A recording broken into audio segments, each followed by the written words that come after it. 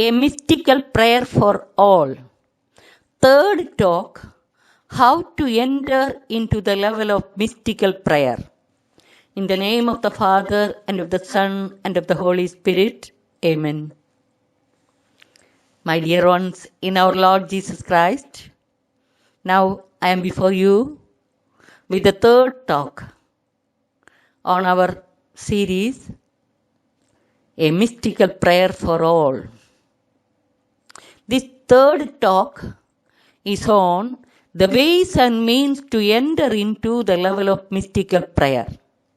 As I have mentioned in the second talk, very often our prayers are evoked either by our immediate felt needs or by our obligation. But in its real sense, genuine prayer should come from within our hearts, either through a very personal encounter with our Lord or through a new awareness and spiritual awakening. It will lead to a spontaneous lifting up of one's mind and heart to the Lord in adoration and praise. Then our prayer becomes adoration, praise, and worship to the Lord with a contrite and humble heart, filled with love and affection to the Lord. This is the first step in mystical prayer. The next step will be praise and thanksgiving to the Lord, followed by our prayer of repentance and a total surrender to the will of God, and also waiting for Him, clinging to Him, being with Him, etc. Now let us see in brief about the various aspects of mystical prayer and see how it is different from our ordinary prayers. One thing to be noted, we can progress from vocal prayer to the level of this mystical prayer through continuous learning, reflection, and pondering of the Word of God, especially through Sneha Marga and through the path of mystical contemplation. Now let us see in brief about these different levels of prayer as we progress in the level of mystical prayer. First step in prayer is giving adoration, praise, and worship to the Lord with a contrite and humble heart, filled with love and affection to the Lord. Both in liturgical prayer and personal prayer, that is, both in vocal prayer and mental prayer, prayer should be, or genuine prayer should be, a lifting up of our heart and mind to the Lord in praise and adoration to the Lord. Actually, it is by the guidance of the Spirit or through the work of the Spirit as we meditate and ponder over the Word of God, through the work of the Spirit only, this type of lifting up of heart happens in us, or in other words, through an encounter with our Lord. As we reflect over the Word of God with a real intimate love and affection to the Lord, definitely we will come to an awareness of the presence of God, some sort of awakening, or even an encounter with the Lord, which really evokes within us this lifting up of heart and mind to the Lord in praise and worship. Actually, this experience of the presence of God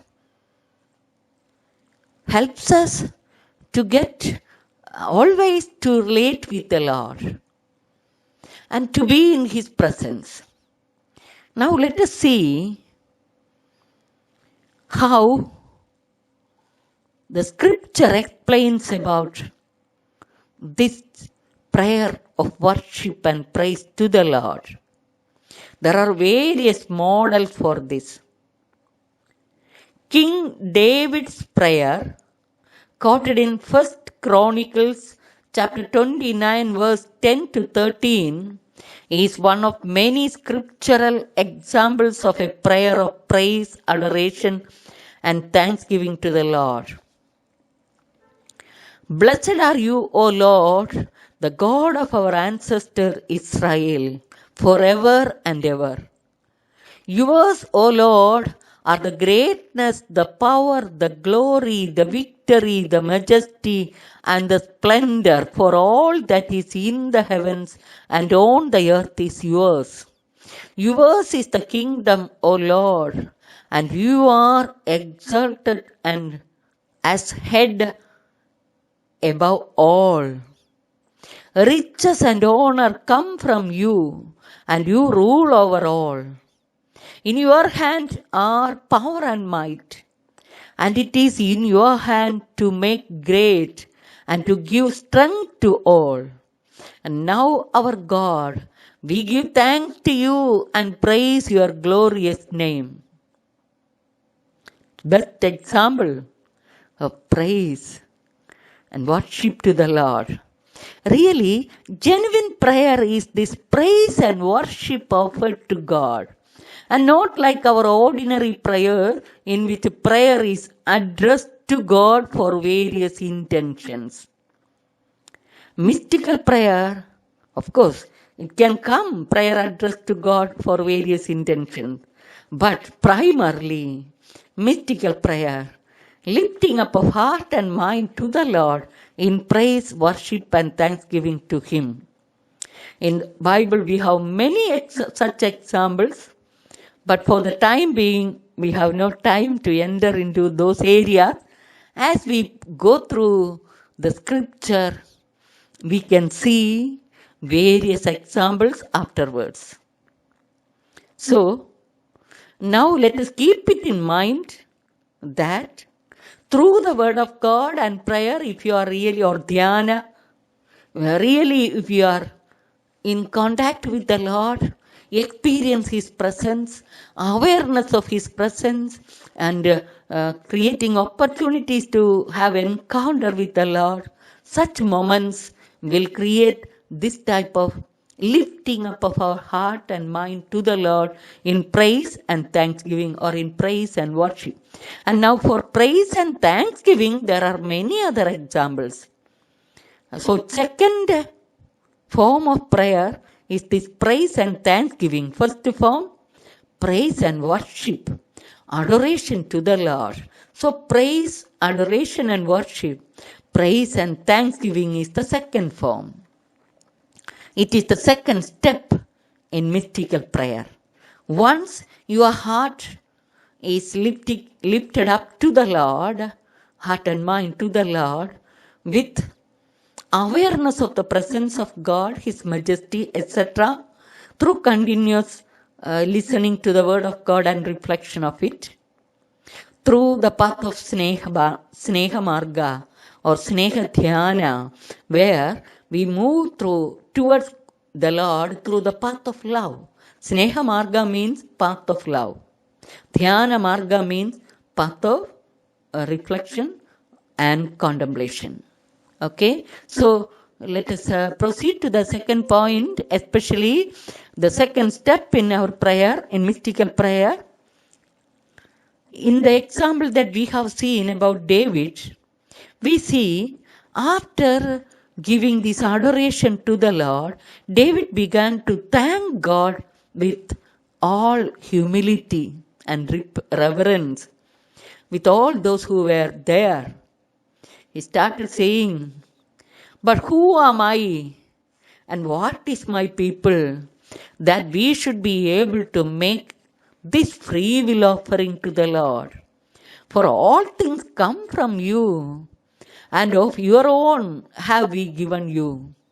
For we are aliens and transients before you. As not only we, our ancestors were also like this. Our days on earth are like a shadow, and there is no hope. O Lord our God, all this abundance that we have provided for building you a house, for your holy name comes from your hand, and it is all your own. I know, my God, that you search the heart and take pleasure in uprightness. In the uprightness of my heart, I have freely offered all these things. And now I have seen your people who are present here offering freely and joyously to you. Notice the attitude of David. He is asking, who am I? What is my people that we should be able to make this free will offering to you, O my Lord? For all things come from you, and of your own have we given you. So, this is really the attitude of Israelites, genuine Israelites. We give offering to the Lord with an attitude of thanksgiving, in the sense, all that we receive, it's a gift from God, grace from God. And what we freely received, we offer to God with thanks. And that is what we see here. It's not we are offering to the Lord a portion of what we have, but no, what we receive from the Lord as free gift. So for all things come from you, and of your own have we given you, O Lord our God. All this abundance that we have provided for building you a house for your holy name comes from your hand and is all your own. In the Psalms also we have many examples of praise and thanksgiving to the Lord. For example, Psalm 30:12. My soul praise my God. My soul may praise you and not be silent. O Lord my God, I will give thanks to you forever. I will bless the Lord all times. His praise shall continually be in my mouth. Psalm 34:1. So, you should take Bible and read all these passages. Actually, to listen to my talk on this word of God, and also mystical prayer, or the talks that's coming forth, all that, you should come with the Bible, open the Bible, listen to the Bible, and listen to my talk, so that it is easy that we can become more familiar with the word of God, and it will touch our heart and mind, inspire us, etc. So now what I told is from Psalm 30:12, 34:1, and also 1 onwards. And also there are many other passages, Psalm 66, Psalm 68, 75, 92, all these are thanksgiving psalms, giving praise and thanks to the Lord. Now Paul insists us to pray always, keeping alert in it with thanksgiving. For example, Colossians 4:2, 1 Thessalonians 5:18, etc. The Lord wishes that we must always be thankful to the Lord. Jesus expressed this through the example of the healed Samaritan leper, who came back and expressed thanks to the Lord. He came back praising God with a loud voice. He prostrated himself at Jesus' feet and thanked him. Jesus healed 10 lepers, but only he, the Samaritan leper, came back. Then Jesus asked, were not 10 made clean? But the other 9, where are they? Was none of them found to return and give praise to God except this foreigner? Luke 17:11-19. Many times we may fail to express thanks to the Lord for all the blessings which He has lavished upon us. But our non-Christian brethren will express their gratitude even to a minute blessing they received from our Lord Jesus Christ. That we can notice, actually we notice all around us. The third step in prayer, in mystical prayer. So as you encounter the Lord, see His glory, worship Him, give Him praise and thanks, your heart will be filled with repentance. So prayer of repentance, that is the third aspect of mystical prayer. Asking pardon and forgiveness for sins with a contrite heart. Actually, as you see the glory of God, realize and become aware about the presence of God, definitely our heart will be lifting, or within our heart we will feel this attitude of repentance. St. Paul reminds us that the Lord's kindness is meant to lead us to repentance. Romans 2:4. In the Psalms, there are many examples for the prayer of repentance. Psalm 51 is our best known prayer of penitence in the Bible, or repentance. The prayer of the tax collector in the parable of the Pharisees and the tax collector in Luke 18:9-14 is another best example for the prayer of repentance. Unlike the boasting words of the Pharisee, the tax collector, standing far off without even looking up to heavens, was beating his breast and prayed, "God, be merciful to me, a sinner." Our Lord appreciated this prayer of the tax collector and said that this man went down his home justified rather than the other. For all who exalt themselves will be humbled, but all those who humble themselves will be exalted. Luke 18:12-14. Whenever we pray, it is better to have this attitude of repentance and of the repentance of the tax collector. Jesus warns that if you do not repent, you will all perish. Luke 13:5. Now today, in this talk, let me stop here by concluding prayer of listening to the Lord, longing for Him, waiting for Him, etc. Together with that what we have seen in the second talk, being with the Lord, clinging to Him, etc. And also prayer becomes a real pondering over the words and deeds of the Lord. We will come to the details about this pondering over the words and deeds of the Lord in the next talk.